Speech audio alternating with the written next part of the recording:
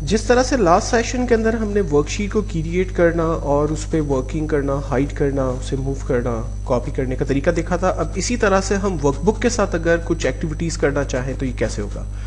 मैं ये चाहता हूँ एक मैक्रो की मैंने एक सिंपल वर्कबुक बनाई हुई है पहले से, जिस पर आपको पता है कि मैं काम कर रहा हूँ। मैं ये चाहता हूँ कि मेरी ई ड्राइव पर मैं एक न्यू वर्कबुक क्रिएट कर दूँ, और अगर मुझे उसे अगर उस पर कोई काम करना हो तो बैक हैंड पे वो काम भी हो जाए, फिर वो फाइल खुद ही सेव भी हो जाए, वो फाइल क्लोज भी हो जाए, राइट। तो बैक हैंड पे सारी एक्टिविटी परफॉर्म करनी है, तो ये कैसे होगा।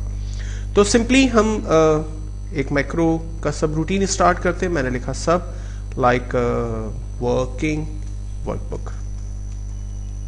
चूंकि वर्कबुक उसका रिजर्व नेम है, इसलिए मैं डायरेक्टली वर्कबुक या वर्कशीट ये नाम मैं नहीं दे सकता, इसलिए मैंने एक हेल्पर वर्ड ले लिया है वर्किंग अंडरस्कोर वर्कबुक। अदरवाइज मेरा माइक्रो रन नहीं होगा। तो ये बात मैं पहले भी बता चुका हूँ कि आप इसके reserve words, numerical words use नहीं करेंगे ताकि आपका माइक्रो जो है वो प्रॉब्लम ना करे। अब मुझे करना क्या है कि ई ड्राइव पर मुझे एक वर्कशीट क्रिएट करनी है जिसका नाम होगा फॉर एग्जाम्पल माई वर्कबुक। तो मैं आपको ई ड्राइव दिखा दूं। ये मेरी ई ड्राइव है और आप देख सकते हैं कि यहाँ पर इस वक्त एक्सेल की कोई वर्कबुक नहीं मौजूद है, और मैं मैक्रो की मदद से यहाँ पर एक वर्कबुक क्रिएट करना चाहता हूँ। सो मैंने सिंपल सा स्टेटमेंट लिखा, लाइक जैसे हम वर्कशीट ऐड करते थे इसी तरह से हमने लिखा वर्कबुक्स डॉट ऐड। ठीक है।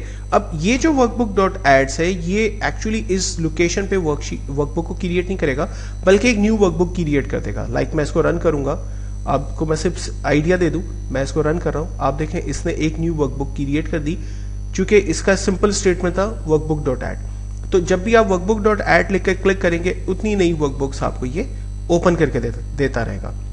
लेकिन हमारा सवाल ये था, या हमारा पॉइंट ये है कि अगर मुझे एक वर्कबुक ई ड्राइव के ऊपर क्रिएट करवानी है, इंसर्ट करवानी है, तो ये कैसे होगा।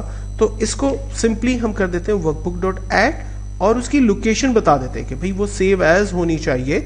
सेव एज के बाद हमने स्पेस दिया तो कहता है फाइल की लोकेशन बता दें, तो हमने कहा फाइल का नाम जो है वो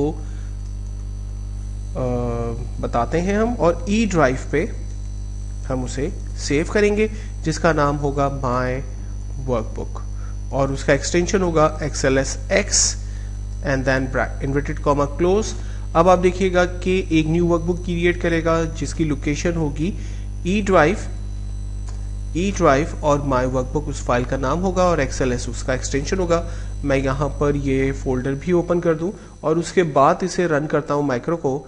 आप देखें इसने एक न्यू वर्कबुक माय वर्कबुक के नाम से क्रिएट कर दी, और बैक हैंड पे आप देख सकते हैं इसने माय वर्कबुक नाम से एक बुक इसी ई ड्राइव की लोकेशन पे सेव भी कर दी। ठीक है। अच्छा, इसके अंदर फिलहाल मैं मैनुअली एक डाटा लिख देता हूं लाइक माय वर्कबुक, ताकि हमें सिर्फ आइडिया रहे कि मैंने एक न्यू वर्कबुक क्रिएट की, फिर मैंने मैनुअली उस पर काम किया, फाइल को सेव किया और फाइल को क्लोज कर दिया। फाइल ई ड्राइव पे माय वर्कबुक के अंदर डाटा जो है वो सेव हो गया। अच्छा, अब की बार मैं ये चाहता हूं कि चूंकि ये वर्कबुक मेरी बन चुकी है, इसलिए मुझे इस वर्कबुक को डायरेक्टली ओपन करना है। तो ओपन करने के लिए छोटी सी सिर्फ चेंजिंग होगी, लोकेशन ज़ाहिर है आप उसे बताएंगे बिल्कुल इसी तरह से, लेकिन आपको वर्कबुक डॉट ऐड की जगह क्या करना होगा, वर्कबुक्स डॉट ओपन, राइट। तो अब की बार हम जो प्रॉपर्टी यूज कर रहे हैं वो ओपन है। अच्छा, जब हम वर्कबुक डॉट ओपन बताएंगे तो फिर डेफिनेटली ये फाइल का नाम पूछ रहा है, बताइए कौन सी फाइल ओपन करनी है। तो मैंने कहा फाइल नेम, और इसी तरह से जो पहले हमने लिखा था कॉलन इक्वल्स, और फिर हम लोकेशन बता देते हैं कि ई के अंदर हमारी फाइल पड़ी हुई है माय वर्कबुक डॉट XLS को ओपन कर दें, राइट। एंड देन सिंपली हम इसे रन करते हैं। ये देखें, ग्रेट, उसी लोकेशन से ये वर्कबुक हमारे पास ओपन हो गई जिसके अंदर हमने ऑलरेडी कुछ काम किया हुआ था। अच्छा, अब मैं ये चाहता हूं कि ये वर्कबुक ओपन हो और सपोज उसकी डी कॉलम पे सेल A1 से A12 पर मैसेज प्रिंट कर दे न्यू टेक्स्ट। ठीक है। और ये कैसे होगा, फाइल को ओपन भी करवाना है और उस पर काम भी करवाना है बैक हैंड पे। तो हमने सिंपली, आपको याद है ना रेंज वाली स्टेटमेंट पढ़ी थी, वही स्टेटमेंट यहां पर लिखेंगे रेंज, या हम इसे पहले बता देते हैं शीट्स के अंदर कौन सी शीट नंबर 1, और उसकी रेंज C1 से C12 पर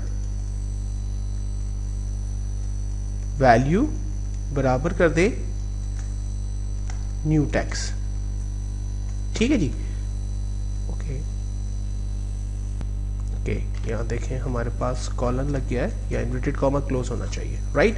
तो अच्छा हो गया कि इसने फौरन से हमें प्रॉम्प्ट कर दिया, रेड कलर से हाईलाइट भी हो गया। अब मैं इसे रन कर लेता हूँ, यहाँ पर रन के बटन को प्रेस करते हैं। होगा क्या कि ये उस लोकेशन पे जाएगा ई ड्राइव में और माई वर्कबुक को ओपन करेगा और उसकी शीट 1 के रेंज C1 से C12 पर वैल्यू प्रिंट कर देगा, न्यू टेक्स्ट। चेक करते हैं, ये देखें, राइट, C1 से C12 पर मैसेज भी आ गया। अच्छा, अब मैं ये चाहता हूं सपोज के ये जैसे मुझे इसको क्लोज करते वक्त सेव करना पड़ रहा है ना, तो मैं ये चाहता हूं कि ये वर्कबुक खुले, इसके सपोज अब की बार ई कॉलम पर मैसेज प्रिंट कर दे, माई मैसेज, और इस फाइल को बैकएंड पे क्लोज भी कर दे, सेव भी करे और क्लोज भी कर दे बैकएंड में, सारा काम बैकएंड पे हो जाए।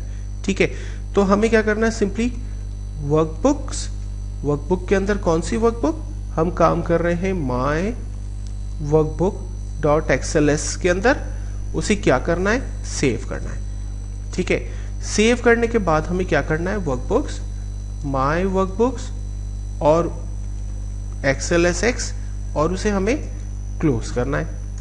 ठीक है, तो अब क्या होगा, 4 स्टेटमेंट्स, पहले 2 पढ़ चुके हैं, अब 2 और कर दी। हम चाहेंगे कि वो वर्कबुक खुले, उसकी कॉलम नंबर E1 से E12 पर माई मैसेज प्रिंट करे, उस वर्कबुक को सेव करे और क्लोज कर दे, यानी सारा काम बैकएंड पे हो जाएगा। सो मैंने इसको रन किया, जैसे ही रन किया, उप्स, डीबग देखते हैं कहाँ एरर है, और ओके, वर्कबुक्स नहीं है, वर्कबुक है। सो इसे अगेन करके देखते हैं। मैं इसको प्रोग्राम को स्टॉप करता हूँ, बुक को क्लोज करता हूँ और इसे दोबारा से रन करता हूँ। ये देखें, वर्कबुक बैकएंड पे खुली, उस पर टेक्स्ट भी प्रिंट हुआ, सेव भी हुई, क्लोज भी हो गई। चलो चेक कर लेते हैं। तो मैं अपने फोल्डर में जा रहा हूँ, इस वर्कबुक को ओपन कर रहा हूँ, ये देखें ई कॉलम के अंदर हमारे पास नया टेक्स्ट भी आ गया, माई मैसेज, और ये वर्कबुक सेव भी हो गई, क्लोज भी हो गई, कुछ भी इसने हमसे नहीं पूछा। तो ये एक बड़ा ज़बरदस्त मेथड है कि जिसके थ्रू आप बैकएंड पे कोई डाटा को कैरी करवा सकते हैं, आप डाटा को ड्राइव करके ला सकते हैं, आप उस पर नया डाटा पेस्ट करवा सकते हैं, नया डाटा इंसर्ट करवा सकते हैं। ठीक है, तो ये डिफरेंट टेक्निक्स के लिए इस्तेमाल हो सकता है आगे। और आप देख रहे हैं कि अभी हम बहुत बिट्स ऑफ पीसीस के अंदर चीज़ों को पढ़ रहे हैं, और डेफिनेटली ये सारी चीज़ें हमारी फाउंडेशन के अंदर हमारे कॉन्सेप्ट्स बिल्ड करने में हमारी मदद कर रही है, और आगे जाकर ये सारी चीज़ें हमारे सामने आएंगी एक फाइनल प्रोजेक्ट की शक्ल में। लास्ट मैं ये कर रहा हूँ कि जो वर्कबुक मेरे पास बैकएंड पे बनी हुई है, अगर मुझे इसे डिलीट करना है तो ये कैसे करेंगे। देखें, एक्सेल के मैक्रोज बड़े खतरनाक भी होते हैं। अगर आपकी सी प्रॉम्प्ट से जो कमांड लाइंस होती हैं वो डिलीट कर दी जाए, जो इसकी बैच फाइल्स होती हैं वो डिलीट कर दी जाए, तो आपका पूरा हार्डवेयर जो है वो डिस्टर्ब हो जाएगा। तो कोशिश कीजिएगा कि मैक्रोज की फाइल को जब भी आप यूज़ करें तो उसको मेक श्योर कर लें कि उसमें एक्चुअल डाटा ही है, ऐसा तो नहीं कि कोई ऐसी चीज़ है जो आपको नुकसान पहुंचा दे। मिसाल के तौर पर अगर मुझे किसी भी वर्कबुक को बैकएंड पे डिलीट करना है तो इसका सिंपल तरीका क्या है, किल, और किस बात का नाम पूछ रहा है बताइए। तो मैंने कहा कि देखो ई ड्राइव के अंदर फाइल का नाम है माई वर्कबुक और .xls, राइट। इस बुक को क्या कर दे, किल कर दे, यानी खत्म कर दे। सो मैंने इसको सिंपली रन किया, आप देखिएगा माई वर्कबुक हमारी खत्म हो जाएगी, राइट।